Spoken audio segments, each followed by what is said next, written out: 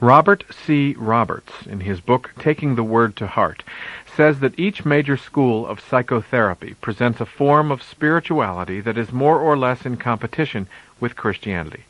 The leading figures in psychotherapy, Roberts suggests, invite us to embrace their creed, quote, telling us how to live, how to think, and feel about ourselves and others. They proclaim the meaning of life and aim to shape our character and our relationships accordingly, close quote. Apparently useful ideas from various therapeutic schools are being uncritically appropriated by Christian counselors and pastors. Roberts writes, if Christianity's view of human nature is correct, we must adopt a certain critical distance from all the therapists in answering the question of what it is to be a fully functioning person. Close quote. One reason that critical distance is so difficult is that the worldviews of significant psychotherapists have soaked into the pores of our culture. Their ideas inform the common vocabulary of everyday life. The vision of self and spirituality delineated by Carl Jung probably has more continuing influence in the shaping of modern worldviews than that of any other psychotherapist.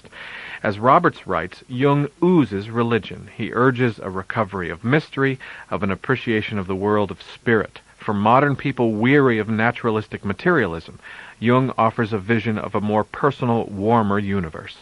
In a famous passage in his book, Modern Man in Search of a Soul, Jung observed that among hundreds of patients with whom he'd met over a period of 3 decades, quote, every one of them fell ill because he had lost that which the living religions of every age have given to their followers, and none of them has been really healed who did not regain his religious outlook, close quote.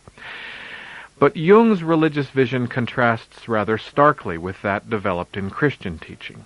In fact, Jung's religion of self-exploration has more in common with Gnostic teachings rejected by the Church as heretical than with Orthodox Christianity, a religion defined in terms of historical revelation.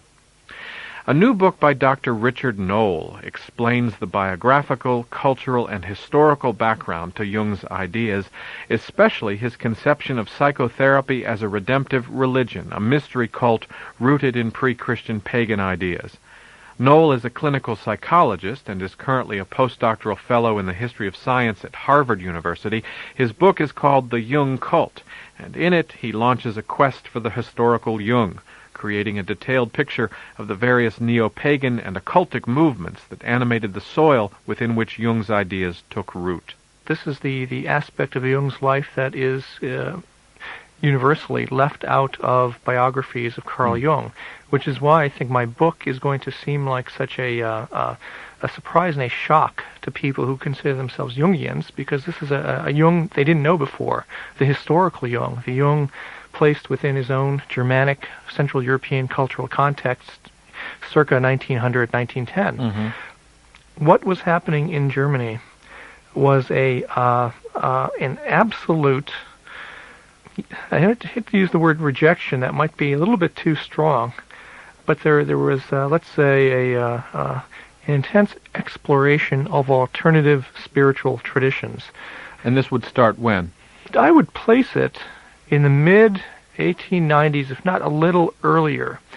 You have certain German authorities, editors, writers, publishers, some politicians, beginning to link certain ideas with politics and with religion. And these ideas, as you had mentioned before, had to do with degeneration and regeneration and so on. The idea was that through returning to one's roots, in the case of the Germans, returning to one's Germanic roots, namely one's culture and one's religion, one could renew oneself. In fact, an entire nation could renew itself. Primitive roots, pre-Christian roots, really. Exactly. Much of what you pick up in the literature of that age, if you read it carefully, and this goes down the line, even people who aren't usually considered German folkish writers, you see this emphasis on a politics or perhaps a philosophy of nostalgia and myth. You see Germans looking back to a pre-Christian era, to a golden age, an age when the gods still lived, an age of Aryan spirituality, an age when Germans would go out to sacred groves to worship their gods. It was thought by many scholars and this information was used by politicians and so on. It was thought that the fact that the Germans had kept their nature worship religion, a religion of the sun and the sky and the stars, up until the year 1000, meant that they were, out of all the peoples on the planet, at least the civilized, so-called civilized, white Europeans, that they alone had the closest connection to the earliest religion of all human beings, which was thought to be the worship of the sun. Now, it was more than just theologians and philologists and politicians who were arguing this, but it was also eminent biologists and other scientists. But anyway, it was thought that if somehow the German peoples could return to their earliest forms of religion of the sun and the sky and so forth, nature religion, it was thought it could revitalize the whole nation. And this was a nation that traditionally had been divided up into dozens of principalities, different countries. You had the German principalities, and then you had Switzerland, and then you had Austria, right? Here you have people united by language, united by culture, but split up according to political unit. And it was thought that by using religion as a way to harness and focus the energies of the folk, that Germany could rise again, and as a major force in human history. And indeed, this is part of how World War I and especially World War II came about.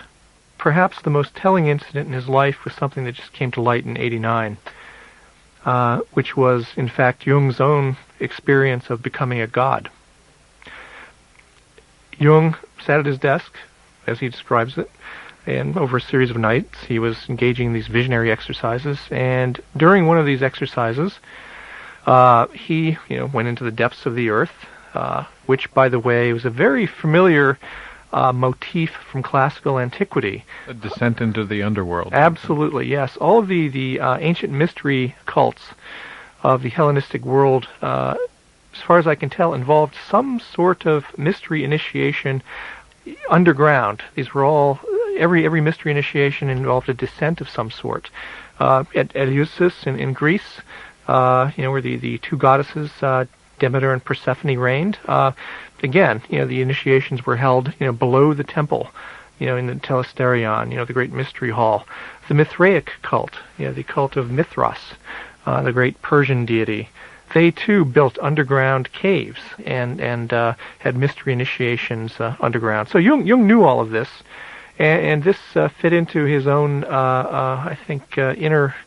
inner reality. He decided to undergo visionary descents and fully expected to have unusual transformative experiences by undergoing a descent.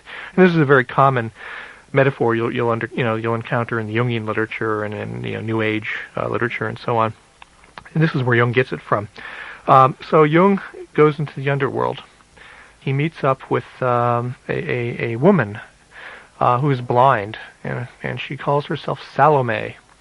During the course of their interaction, I won't go into all the details. It's quite complex, and there are different stories depending on who you read. Essentially, what happens is Jung faces her, and she says to him, "You are Christ." And he says, No, I'm not Christ. And she's insistent, you are Christ. And then what he finds himself doing is as he stands there, his arms raised, and he assumes the position of Christ on the cross. He assumes the position of the crucifixion. And he describes himself as sweating blood even, right? And then at that moment, at the actual climax of the intensity, of being Christ on the cross, his head transforms into that of a lion, and he becomes a lion-headed god. This god by the name of Ion, who is a figure in the ancient Mithraic cult. And this large snake, then this large black boa constrictor, wraps himself around Jung, and Jung standing there, like Christ, lion-headed with a big snake around him, right? Mm-hmm. So this was Jung's deification, which Jung himself admitted was a deification experience, and that it was absolutely essential for any personality transformation. He thought you had to have the experience of godlikeness, of self-deification, of literally becoming a god, experiencing yourself as God. And Jung was there to teach people how to do that.